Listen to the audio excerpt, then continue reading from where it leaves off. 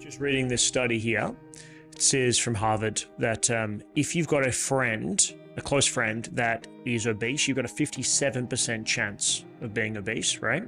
And if you've got a sibling who's obese, you've got a 40% chance. And if your spouse is obese, you've got a 37% chance of being obese, right? So if your best friend, if your sibling and your spouse is obese, effectively you've got an additional 40 to 60% chance of being overweight or obese, right?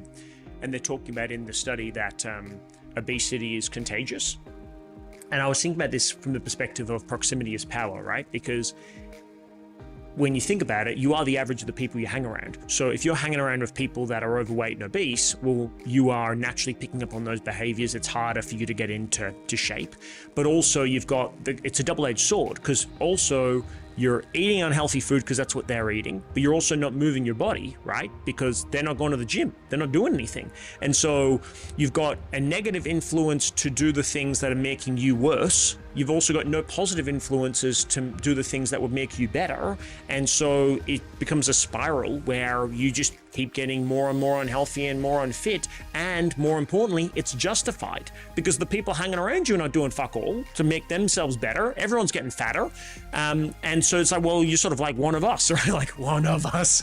So, it's not that actually obesity is contagious. It's just that the patterns of behavior that lead to obesity can be contagious. In the same way that health and fitness isn't contagious, but if you start hanging around with people that are just jacked, that are eating well and moving their bodies and, not coming up with some bullshit excuses, genetically it's like that. If you instead focused on those people, well, then you'd naturally find yourself picking up on those things anyway.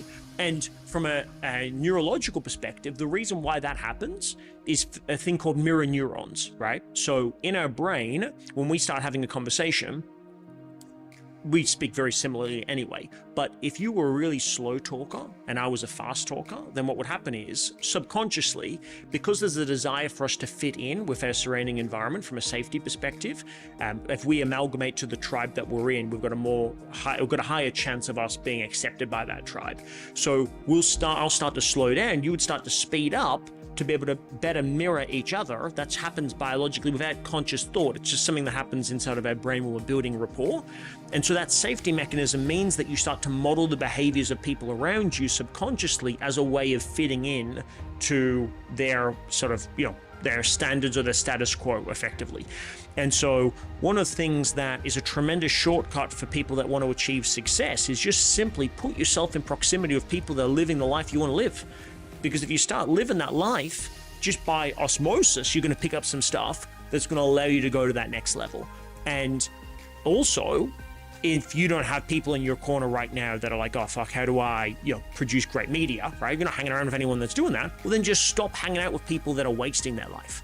Because alternatively, you're actually creating a net benefit for you because you're no longer going down the wrong path.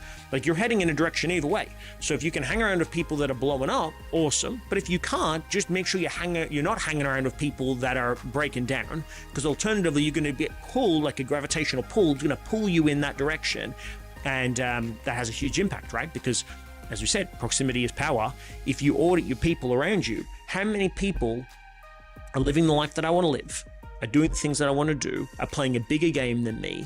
When I leave them, I feel uplifted and inspired and confident, as opposed to how many people in my life are not living the life that I want to live, are not even living their own version of their best life, wouldn't know what the best version of their life was if I asked them.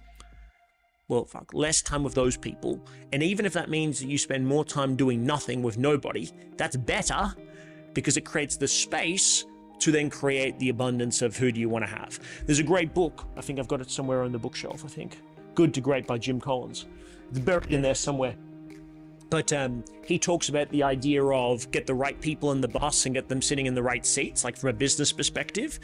And I've always thought about this in the context of like a physical bus, right? Like imagine you're driving a bus and you've got all your mates on the bus with you, right? You pull up a stop and you've got a mentor, an advisor, a new best friend, someone that you want to invite into your inner circle. That person gets on the bus. The first thing that they do is they greet the bus driver and then they scan the bus, right? Like they go, where am I going to sit? And if they scan the bus, it's like, fuck, I don't belong on this bus with these people. They're getting off the bus. And so there's a real importance of auditing the people that are currently on the bus with you, because if they're not the right people on the bus, they're going to have a negative impact on the next person you try to bring into the bus. And so it's better to have an empty bus than it is to have a bus full of people that are actually not energetically a match for the place that you're going. I don't think people fully get that bit enough. Like sometimes it's not about adding more in, it's maybe just about getting rid of some stuff that's not serving or supporting you at the highest level, right? Like that makes probably sometimes the biggest difference in the short term, while you're creating the opportunity or the infrastructure or the network or the connections to allow you to play at a bigger level.